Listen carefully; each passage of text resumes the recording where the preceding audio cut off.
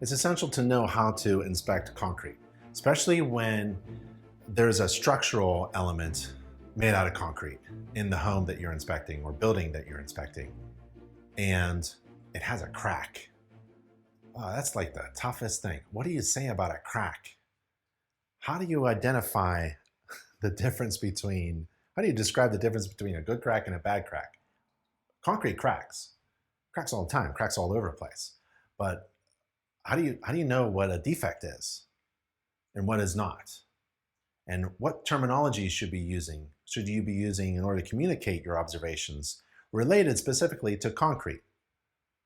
We have that resource. This is a great article. It's going to take you a couple hours to go through the whole article. Let me go through some of the highlights with you and start you off in the right direction.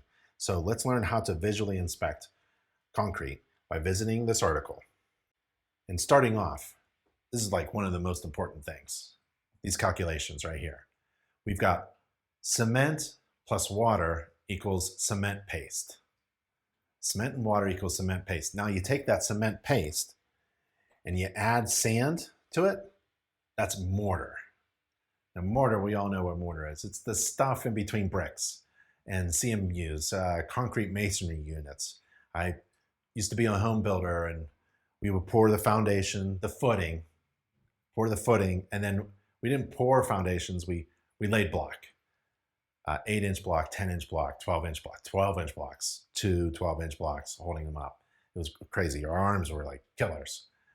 And when you lay a block, you use mortar. So what is it? What is mortar? Here it is. Cement plus water equals the paste. You get that paste, you add sand, that's mortar. And then you take the mortar and add aggregate, stone, it's concrete. You mix it all up, and that's what concrete is. So you got to get that right. Maybe that was simple for you, but this is kind of neat. When you talk to your homeowners or home buyers, or you're doing a home maintenance inspection, you see the sidewalk wasn't cracked last year and now it's cracked this year, you can start to talk to them about cracks. And there's a couple other things in this article, like this defect. So if you have a poured concrete foundation and you see aggregate, right, in the concrete, and there's like a void, what is that called? What is that? And or is it a problem, right? And cold joints has nothing to do really temperature too much. It's a joint, right? What is that condition? And is it a weak kind of thing? Is it a defect? Can it be finished off? How about cracks? So this article goes over the basics of cracking, and there's different kinds of cracks, different classifications. There's plastic cracks and shrinkage cracks. We get a lot of that in poured concrete foundations. No big deal. And how do you fix them? There's thermal expansions. There's corrosion of the reinforcement. There's a drying shrinkage. There's sulfates that attack the concrete.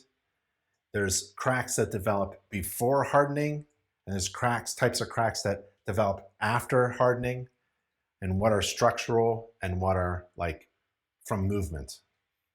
So we have a lot of information about cracking. This one is a popular one.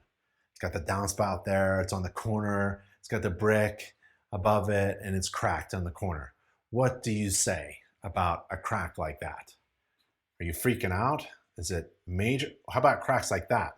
The small patches of flaking, and then there's damage to the surface, and efflorescence, and pattern cracking. What causes those pattern crackings? And there's a basement floor crack right there. What happens when concrete is just left on a very large plane all by itself while it's curing? Shouldn't you control the cracking that's going to happen? And those are control joints. And that's a shrinkage joint. So the uncomfortableness that you may feel, especially when you're new, is because your lack of knowledge, your ignorance, and there's a gap between where you need to be and where you are now. You need to fill that gap with knowledge.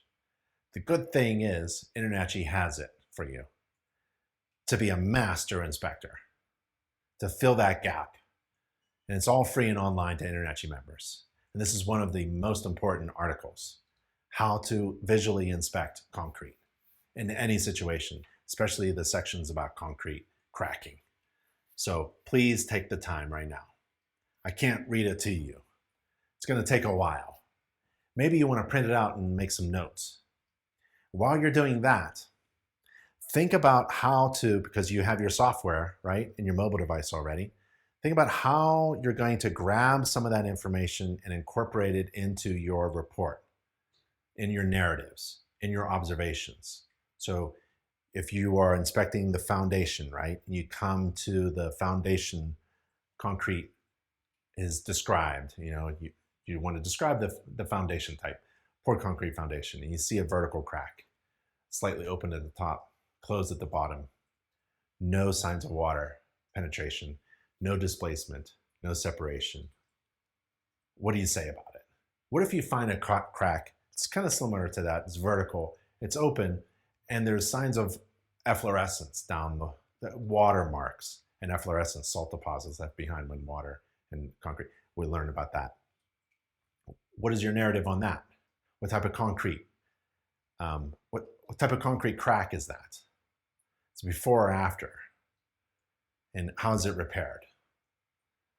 And you read this article, not because it's, a lot of interesting information.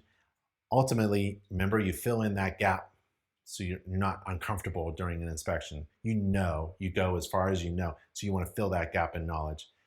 But also, it doesn't mean anything if you can't write it out. I mean, part of what you do now is reporting and communicating your observations and your thoughts and your evaluations about a crack in the foundation. So use this opportunity to read, fill in the gap, and make your report writing better.